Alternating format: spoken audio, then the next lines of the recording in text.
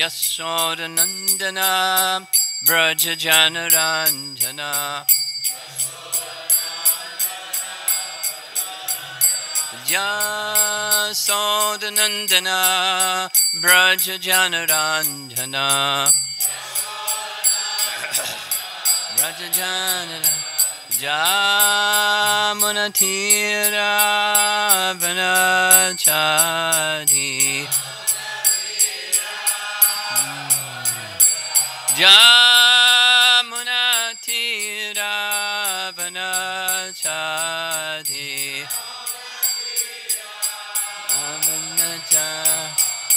Jaya Radha Madhava Kunja Bihari Radha Madhava Kunja Bihari Jaya Radha Madhava Kunja Bihari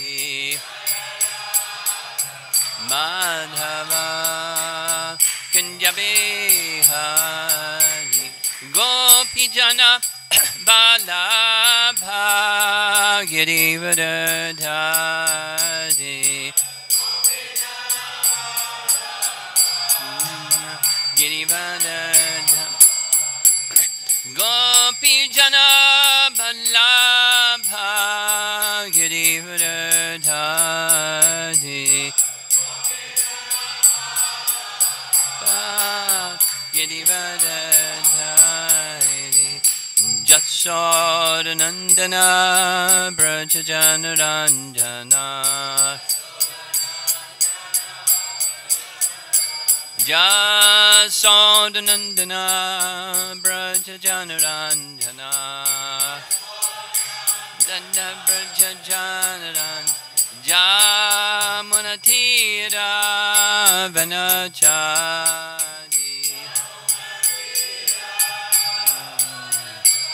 Jamunatira Vanachadi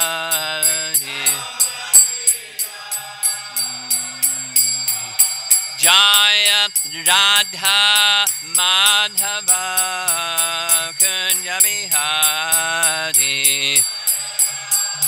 Madhava Kunja Bihari Jaya Radha Madhava Kunja Bihari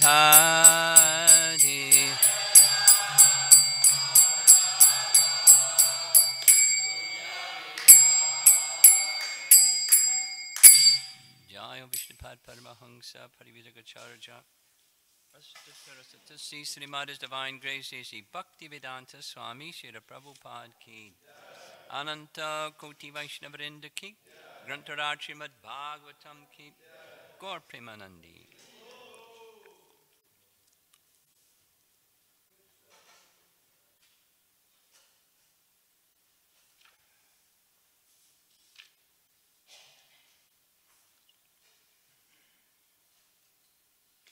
Om Namo Bhagavate Vasudevaya Om Namo Bhagavate Vasudevaya Om Namo Bhagavate Vasudevaya Sa Esha Bhagavan Dronaha Prajaprupena Vartate Tasyatmanoridham Patnya where's it break? Nanuvagad Virashu Kripi. Try again. Sa Esha Bhagavan Dronaha Prajarupena Vartate Tasyatmanodham Patnyaste Nanvagad Virasu Kripi.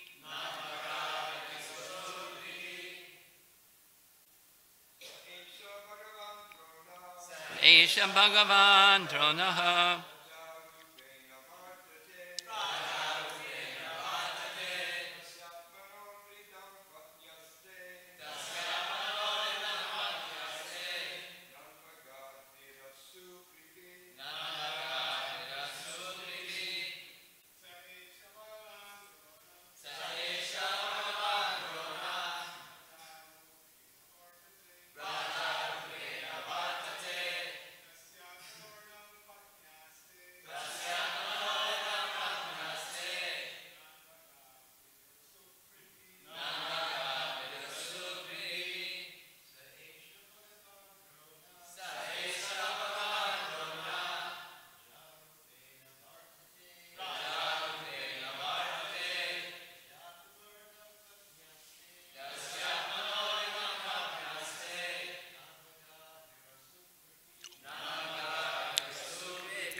Ladies. Sa Esha Bhagavan Dronaha Prajarupena Vartate Tasyatmanobridham Patnyaste Nanvagad Virashokriti Sa Esha Bhagavan Drona Prajarupena Vartate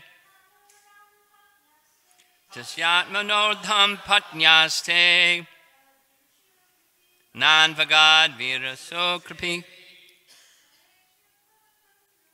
Sa Esha Bhagavan Dronaha Prajarupena Vartate Tasyatmanodham Patnyaste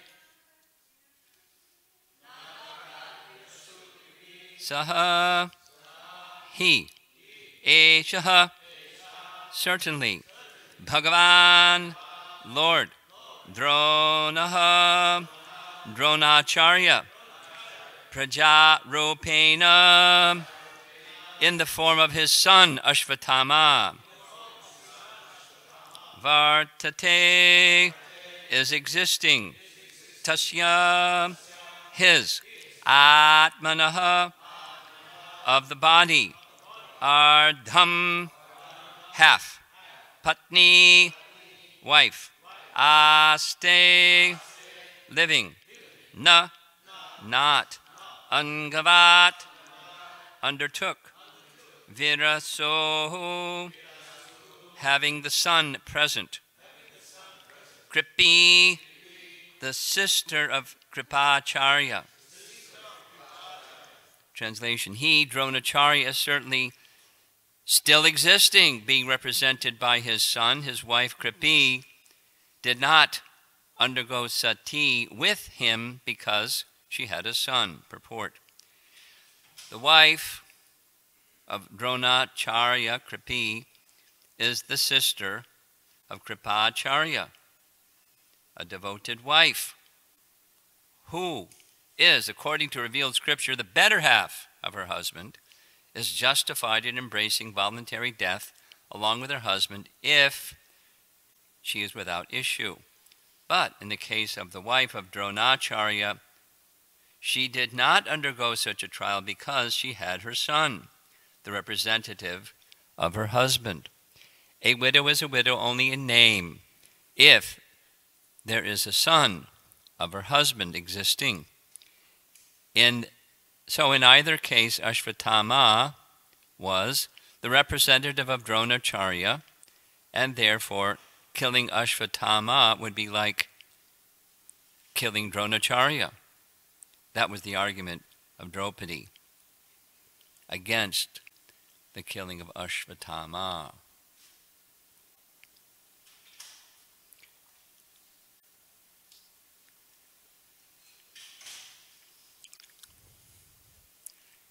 Lots of nice lessons in this section. Going back, one of my appreciations about this section in a general sense is at the beginning of chapter 7, there's those several verses that describe the realization of Vyasa, and that's the essence of the Bhagavatam, because the instruction of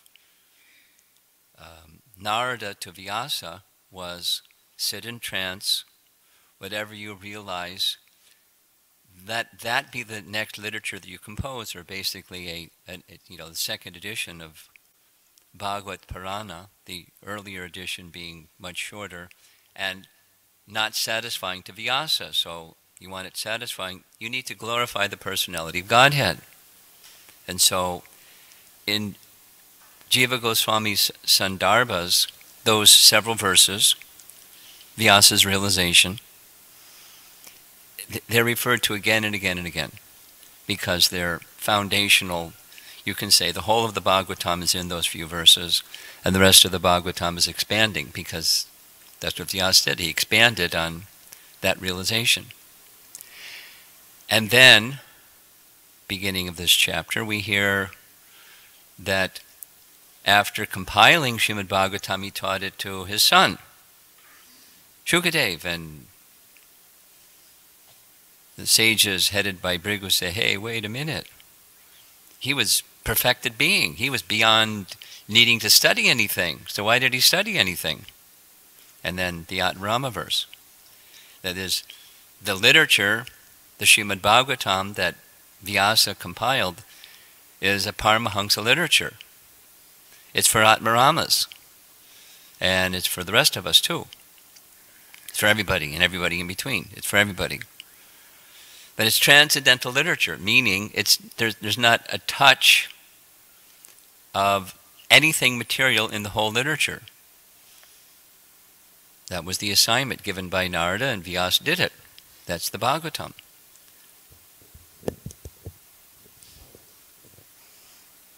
Archita's giving me some hand signals to speak into the microphone better. Thank you, Coach.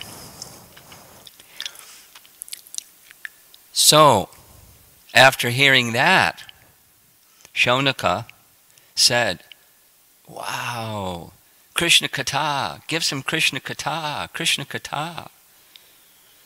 And so the first thing he speaks about is the Pandavas and Ashvatthama and this whole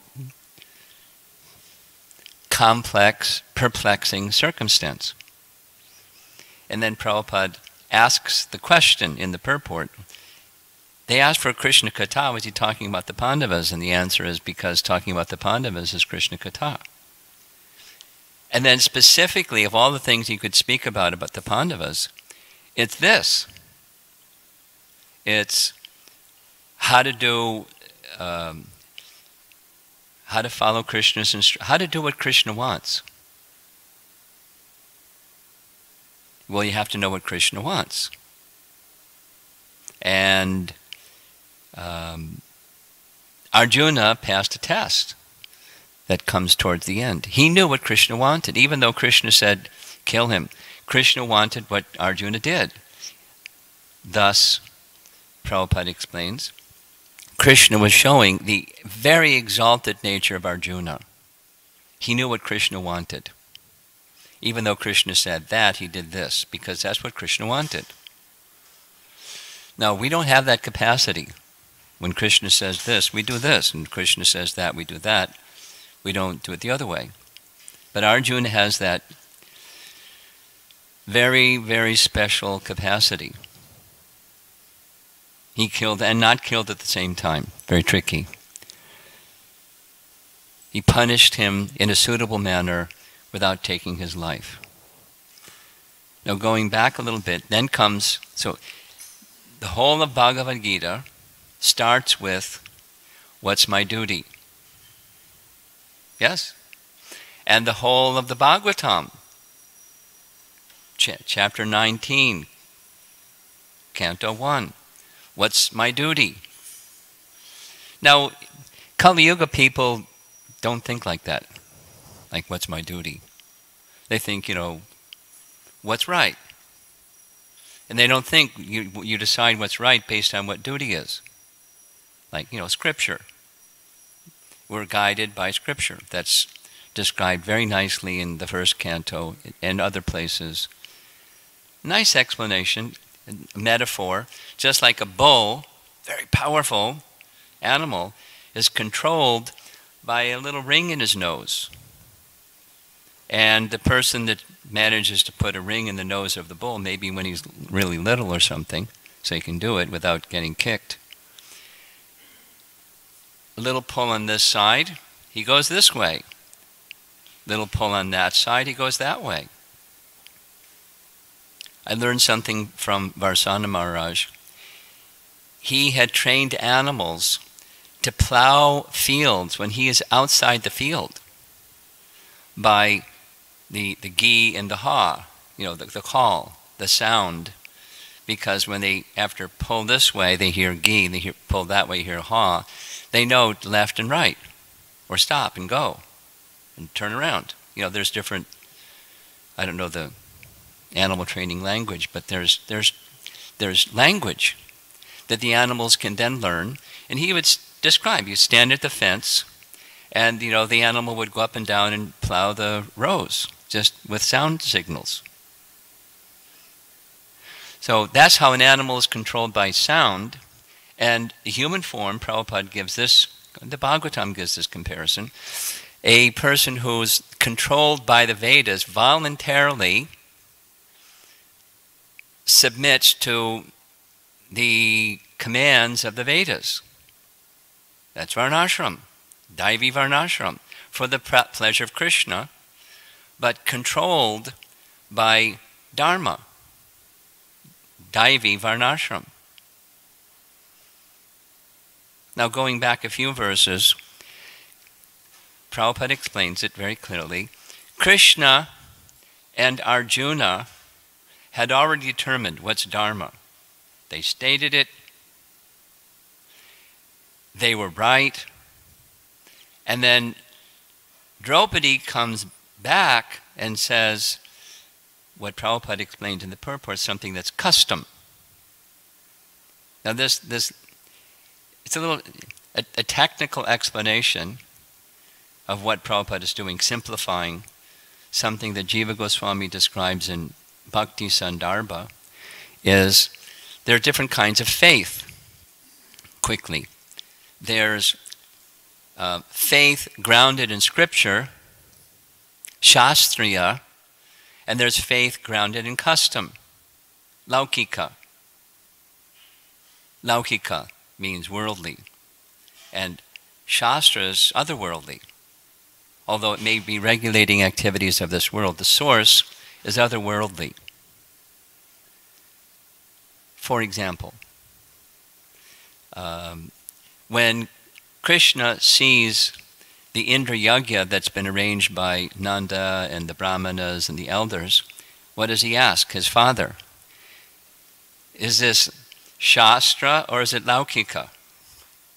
Is this enjoined in the scriptures or is it family tradition? And if it's enjoined in the scriptures, what's the purpose? Because you may do something that's enjoined in the scriptures, but if you don't know the purpose behind it, you don't get the full benefit. Same as what Rupa Goswami says in Nectar of Instruction. So it doesn't mean that custom is a zero, but it means scripture is a 10. Now, Draupadi is showing the finer sentiments of a devotee. We're hearing that in this little section. And the part of the custom is Ashvatthama is a Brahmana, but Krishna already dismissed that. He's a Brahmana by birth, but not by qualification. He's a Brahmabandhu. He's deserving punishment. And don't think that there's sin, Arjuna, to be incurred if you kill him because he's not a Brahmana. So, take that one off the table, that dharmic principle. He's to be punished in a death penalty for what he's done. That's dharma. Now she's coming back with, at least the way the Prabhupada explained it is, laukika, or custom. And the custom isn't a zero. And so we're hearing, when I don't know if anybody has taken the trouble to go through Burijan Prabhu's methodology for studying Srimad Bhagavatam, but one of those things that he does is points out sometimes in Prabhupada's purports there's principle and sometimes there's a cultural explanation. And the cultural explanation, he teaches, take note of it. However, it doesn't have the same strength as something that is enjoined in the Vedas. So she's speaking of something that's enjoined in the Vedas. But the application of it doesn't apply to Ashvatthama because of his wrong. The sin of killing the sleeping sons of Draupadi is punishable. It must go punished. If not, he's going to have a bigger problem. So now, dharma, what is duty? How do you handle? We meet those situations. How do you handle a situation? It's not just, somebody in the president's role that has all these complicated things that come up and has to make some decision about, okay, what do we do with this or that? The Prabhus also have to make some decisions, and the Matajis have to make some decisions about what's appropriate. And it's important to know what Scripture says. Then we can repose our faith there. And it's important to know what cultural principles are, because we also need to adjust things according to time, place, and circumstance, acknowledging the culture. So now we're hearing this culture that Draupadi's presenting here, and that is Ashvatthama. Prabhupada's explaining it nicely. Ashvatthama is the son of Drona. And Kripi didn't perform the sati ritual of entering into the funeral pyre of her husband because she had a son. So she's not technically a widow because she has a son. So she's not entitled to do that. So she didn't. Plus also, she's to be protected by her son, and she's to still be the mother of her son who's giving whatever sons are supposed to do to give protections to mother. It's just, that's a cultural matter. So, because Ashvatthama is alive, and although he's done this heinous act of killing, Draupadi speaking, my 5 sons, nonetheless, he's Drona's representative. And after all, Arjuna, you received training. This goes back to the same hesitation the Pandavas had, particularly Yudhisthira had, prior to the Kurukshetra battle. How can we fight against our teacher and our grandfather? You don't do that. You don't fight against your teacher. You don't fight against your grandfather. You don't do that. How can we do that? There's a little lesson. It connects to this. The lesson goes to another Mahabharata section. This is Mahabharata time this morning. So Mahabharata describes who did Bhishma Dev receive his training in military skill from?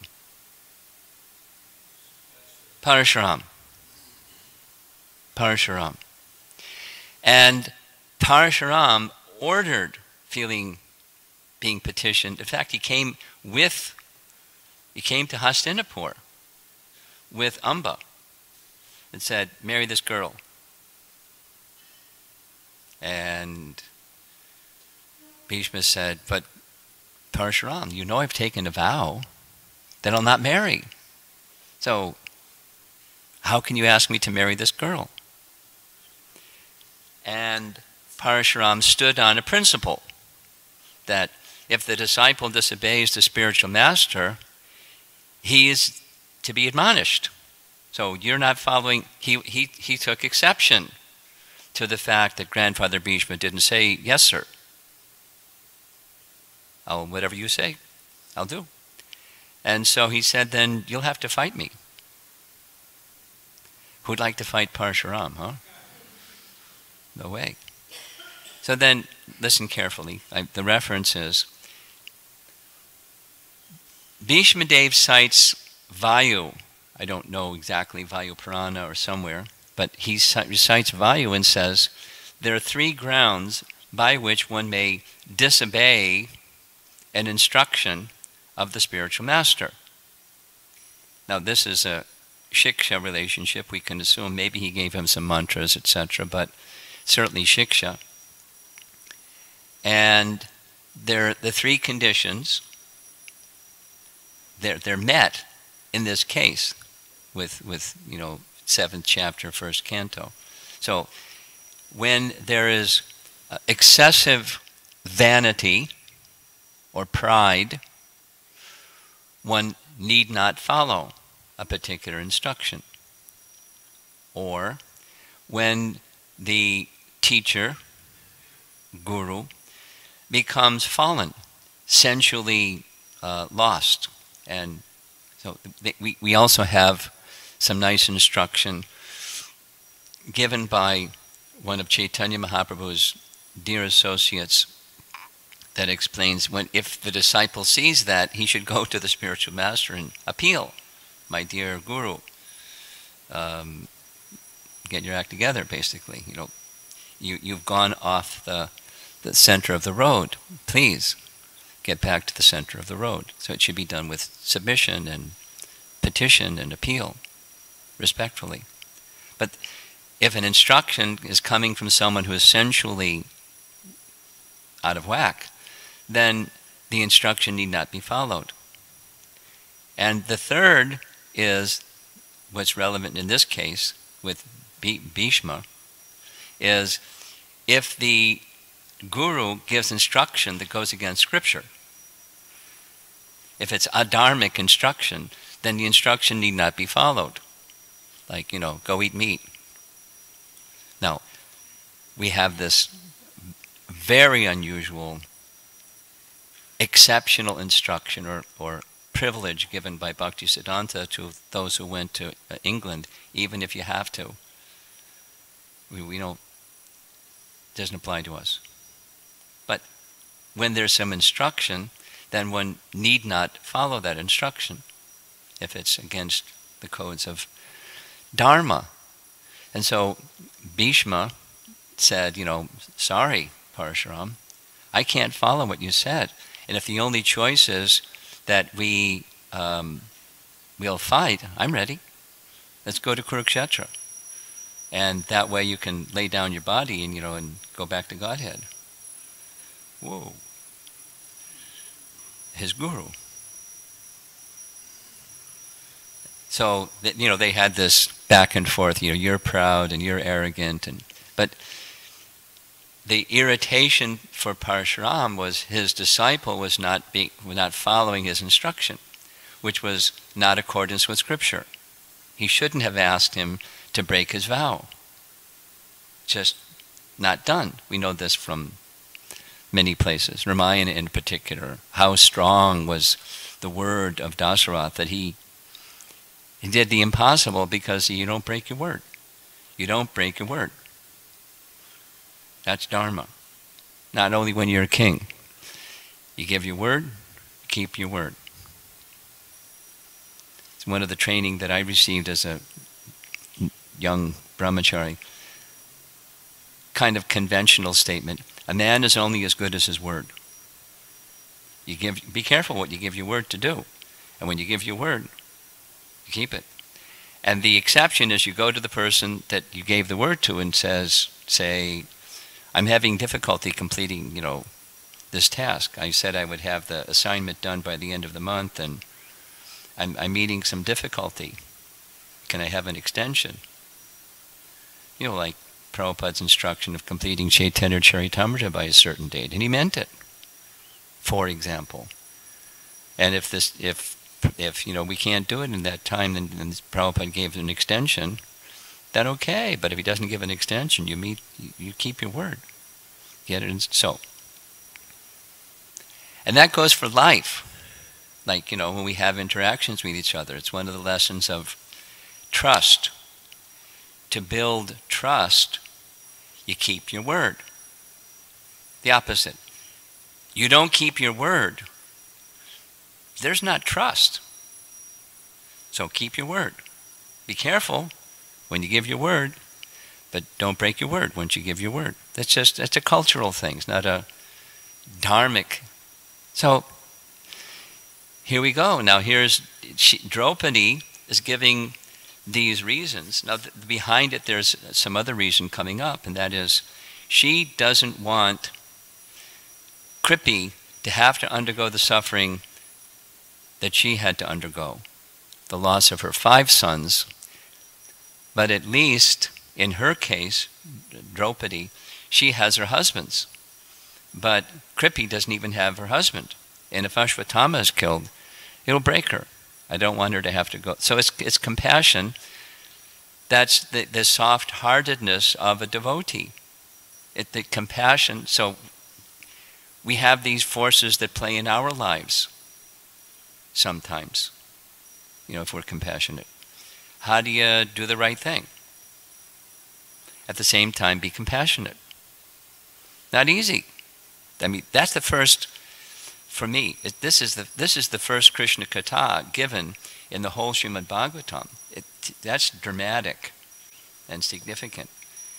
It's to help us understand the importance of, ultimately, being qualified to understand what Krishna wants. What is his intention? Or for us, what is the intention of our founder Acharya? Because that tells us the intention of Krishna. And that's not easy. Say it in the vernacular. That ain't easy. What is the intention? Now, some things are easy, and some things are not easy. But we need to meditate on the intention, because it tells us what the intention of Krishna is. Now, we can get different groups of people together, and they'll say, this is the intention, that's the intention, the other thing's the intention. And we get groupism. You know what groupism is. And, how you're going to discern. Well, one of the things that Prabhupada said very clearly is you cooperate together, even if there's differences of what the intention is. That's way up there.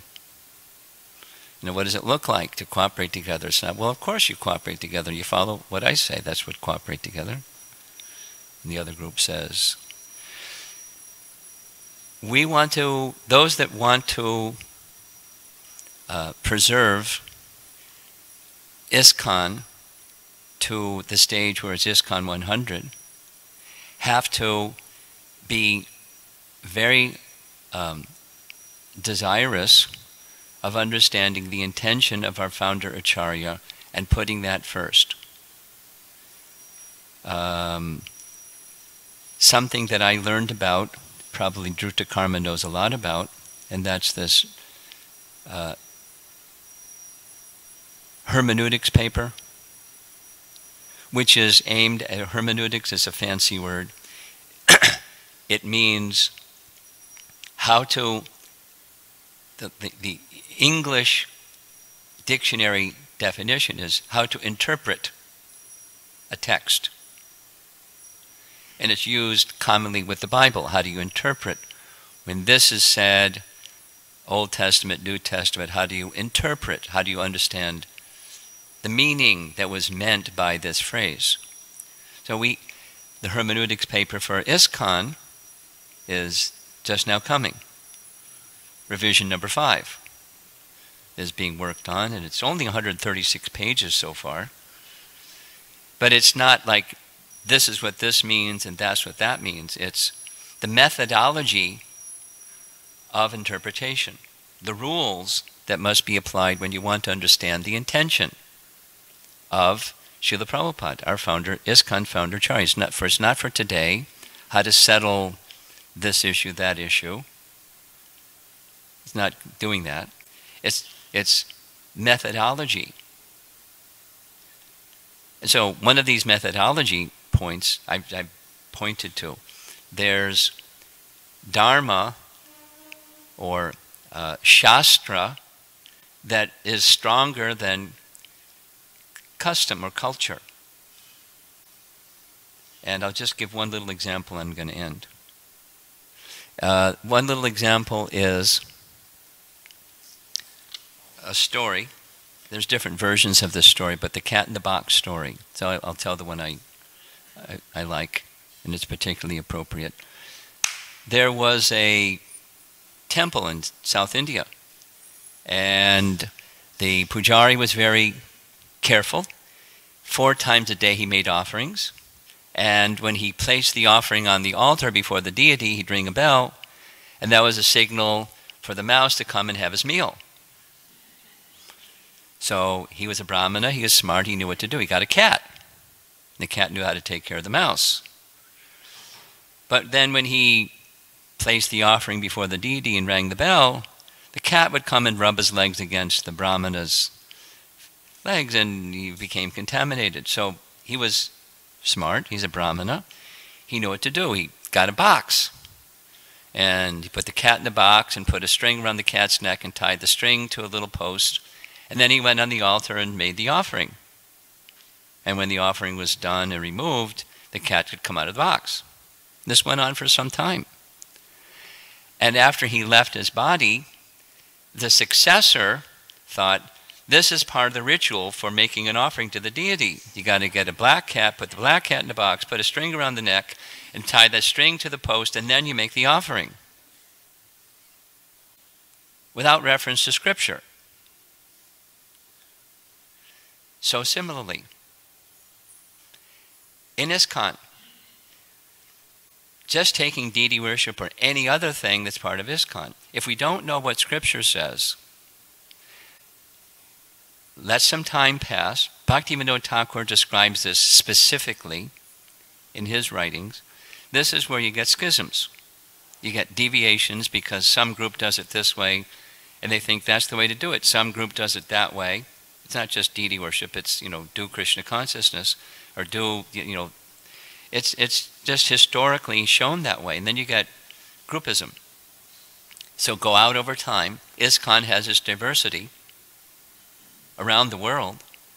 And how are you going to maintain unity in the midst of all this diversity? Devotees, we have to carefully study Prabhupada's books. We have to know what he said, and we have to know what the intention is behind what he said. Because otherwise we're going to get schisms. We're going to get fractured Hare Krishna movement. And it's already going on.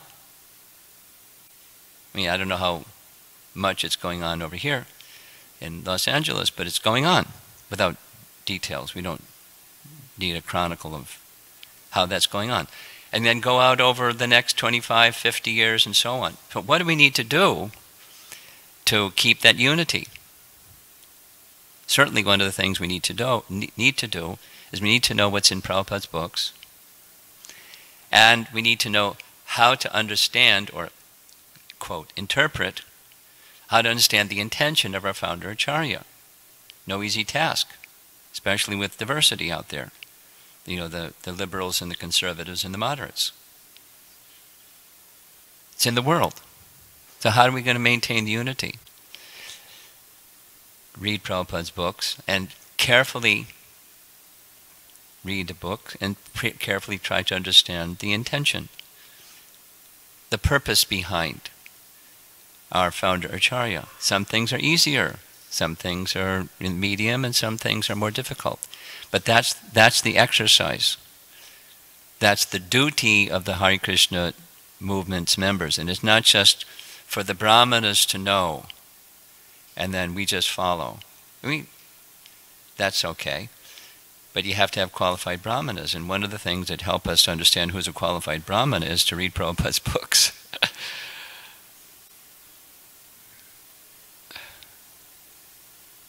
The principle of yad yad acharati shreshtas tat tat eve tarorjana. It's a Bhagavad Gita principle. But right here, the first lesson in Krishna Katha, in the entire Srimad Bhagavatam, is this one. It's giving us clues as to how to discern what's the right thing to do in a difficult circumstance, a contradictory circumstance, without detailing it further. So any discussion? We're already at 1:15. Archita, I see your hand first. Haribol Maharaj, thank you very much for such a wonderful class. Very, very deep insight into issues. Now, this last point you made about reading Prabhupada's books. About reading Prabhupada's books? Yes, I think if you don't know the author, you can read the books and be against the author. Like we have on the internet right now. There are people who read Prabhupada's books, they find statements that they find objectionable, or they go to the movie. There was one guy who went to the movie here in LA and he wrote, "This person A.C. Bhaktivedanta Swami is an anti-Semite, which is the biggest joke in the world. Most of Prabhupada's early disciples were Jews, and they took over leadership positions, etc., etc. But my point is, if you don't know the author, then even if you read the books, you can come to some weird conclusions. Sure. Well, an example is, just let me finish, Maharaj. An example is from Prabhupada himself. He said, the story of Shah Jahan and Aurangzeb, that book that was written about it, who is the actual star of that book? He said, if you don't know the author, you won't know. Some people think it's Shah Jahan, some people think it's Aurangzeb. But you have to ask the author, because he wrote the book and he knows. Sure. So in this case, if you don't know the author, A.C. Bhaktivedanta Swami Prabhupada, you can read his books and come to some weird conclusions. There's other ways you can come to a weird conclusion besides you don't know the author. There's other ways. I can identify some of the other ways, even if you read Prabhupada's books. But, rather than going through those other ways, the audience I'm speaking to is the members of ISKCON. The Los Angeles Temple and whoever's out there in the live broadcast. I'm speaking to the devotee audience. And I agree. But there's other ways that you can get lost. But you have to read Prabhupada's books. Brigupati. Yeah, thank you, Maharaj. My question is following on from Archita's question and your discussion. Yeah. So what's the mechanism by which devotees can see if they're understanding what they're reading? In other words, we do a lot of hearing. We hear at the Bhagavatam class. Good. Here in New Dwarka when we go to breakfast, we hear. I remember just one incident. I was in Australia, and a devotee who was in the movement at that point for 20-something years was asked to lead Mangalarti. And when he started leading, it was just like mumbo-jumbo. He'd never bothered to actually study the words in the book. He just was chanting what he thought he heard the other devotees saying. So, in other words, it seems like people don't necessarily learn. I mean, maybe in the Vedic times they learned by submissive oral reception. But, like, for instance, if you were to do a little quiz now and ask people what are the 3 main points of the class, I don't know how many people would be able to come up with 3 main points. So is there a bona fide way in which devotees can find, can see they're actually understanding what they're reading and be confirmed that their understanding is either correct or incorrect and has to be revised? That's the question. Well, there's probably multiple. You're asking for the or okay. a. Give me multiple. It's okay. I'll take multiple. Well,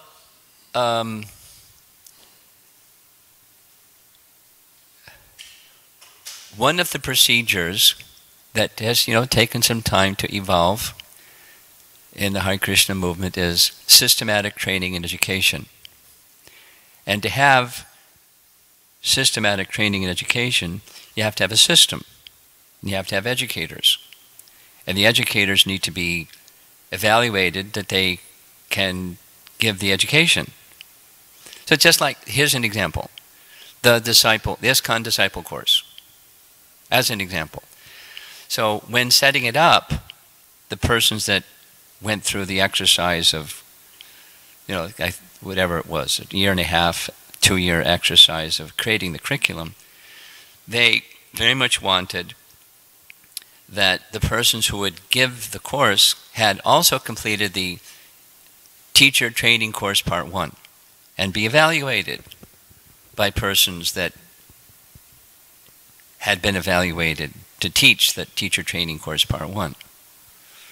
That was too challenging because there's some remote places in Malaysia and places where people just live on an island, and where are they going to go? And so there's exceptions, but just going back to your question, training and education, there's a structure and there's a way of certifying the educators. And institutionally, that's one of the recommendations of the Organization Development Committee. Have you heard about that? OrgDev used to meet here in Los Angeles, and now it's meeting in other places around just after Memorial Day weekend, that group of people. So, for example, Bhakti Vriksha, or you don't call it here Bhakti Vriksha, Namahata. Who's qualified to lead Namahata? Well, there's no standard. And, a Namahata over here, Namahata over there, Namahata over there. And they're training up people, and who knows what's going on. Unless there's a system. Sylvas is cracking up. What's the system of certifying the Namahata leader before he becomes a Namahata leader? So he's given, the middle of the road. And not something that's, heading in the wrong direction. Because over time, even if it's 1 degree off, over time, you miss the target long term. And it's happening. So, training education that has standards for the trainers. And they get certified before they start. Now, we're not there yet, but that's a system, in principle. And then persons that, the system needs to be refined over time and over time and over time and over time. But you start with a system that's gone through multiple revisions, and then every 3 years or 4 years or whatever it is, you look at the system and how is it working, does it need to be refined, the system, and then it applies to those persons that are doing the teaching. Now you probably have the experience, as do I, that, the first class, once upon a time we gave our first class. Nobody taught us what to do to give the first class. Nobody taught us how to be a temple president or how to be a GBC or, we just got pushed in the pool and see if the guy can swim. So now systems with curriculum and certifying. Just anecdotal. Sylvas may be interested in doing this, or somebody in the community. Try this one out. Bring in your brahmanas and have them recite the Gayatri mantras and see if they're still chanting the same mantras that they received so many years ago. There was one temple that did that, and it was, you have to laugh or cry because the mantras had changed. Because, time and memory, and so systems of training and education, and that gets revised. And that's novel, but it's essential. Novel for the Hare Krishna movement because we have been doing things in a different way, seat of the pants kind of way. Somebody ready to come forward, and we're happy to have somebody come forward and volunteer to do some service. And then you start giving training education, your volunteer hands go down. Yeah. Voice of experience here. Thank you for a wonderful class, Maharaj. I think there's a terminology in the world that they use that, is sometimes things are pronounced in a wrong way. Yeah. But because they continually do that, then everybody picks up that wrong pronunciation. Yes. And then they think it's what it's supposed to be. Yes. So there's some word that identifies, I don't recall the word, but Jayaveda Maharaj told me this one time. It comes to the point where people start writing in the same way. So I think we have a problem in ISKCON about that. There's people that are pronouncing things differently, and then all of a sudden you see and hear so many devotees pronouncing that particular word, and it's not what it is. It means a whole different thing. Mm-hmm. And so sometimes you can be praying to Krishna and you can be pronouncing that word, and it's completely something different. Of course, Krishna knows the intention. Yeah. But the people who are hearing that sound, they don't know the intention. That's right. Just like we're reading 4th Canto Bhagavatam about Daksha and Lord Shiva. Now, Daksha is criticizing Lord Shiva and saying all kinds of words at him. But then Prabhupada in the purport describes how those words mean something, they can mean something really beautiful. Yes. In other words, so yes. This is a lot that goes on within our society. Yeah. In a lot of levels, and it creates a lot of misunderstanding. Yeah. And take that out over time. So we need, back to Brigapati's question, training and education where it's It's part of our life. Now, Vaisheshika Prabhu, being on the liberal side, he doesn't want to make it too stiff and rigid, because then it's uninviting if it's too stiff and rigid. And this is one of the things that, our leaders need to be, want to be inviting, at the same time maintain standards. It's one of the challenges of an organization that has lasted 50 years, and we want to see it last for another 50. It has to have growth. That means it has to be open. And then it also needs standards. That's one of the challenges of organization development. Yeah.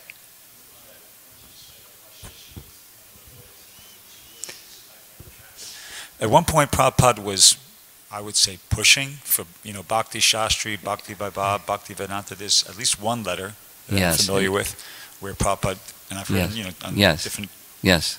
So he talked about it and he wanted it. And then it seemed like, during Prabhupada's physical lifetime here, it seemed like he kind of maybe let it go. Was it, you know anything about that? No.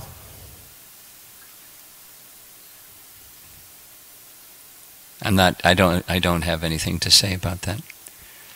Doesn't mean he didn't want it. Who knows? I don't know. Time, place, circumstance. Maybe he found it was, I don't know. Maybe so many maybes. Anything from the ladies' side? Yes, let's go back there. Way in the back. Okay.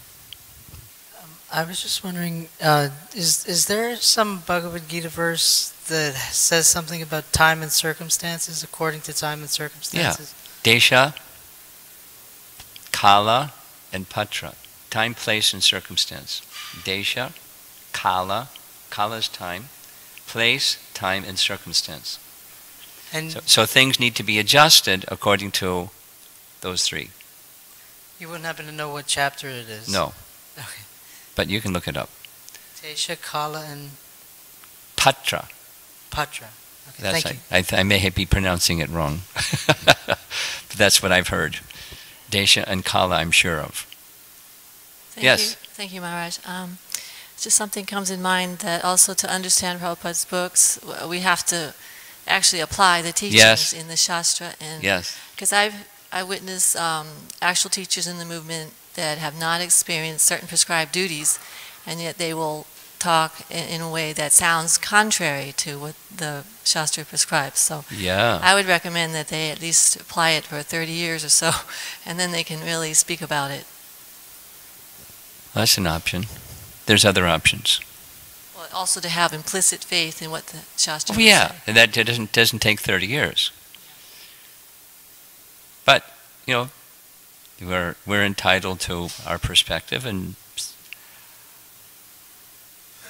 better to have a system where you have someone that's training, that knows what's what, and they help the person understand what's what, and then encourage them incrementally to apply what's what. That's called the Bhakti program. And we need Bhakti programs. And Bhakti programs don't have to wait for, the 30-year Bhakti to do significant service. But, it depends on the Bhakti. It depends on the Bhakti leader. Also, it depends on what they're being asked to do. Thank you very much. Srila Prabhupada Ki Jai.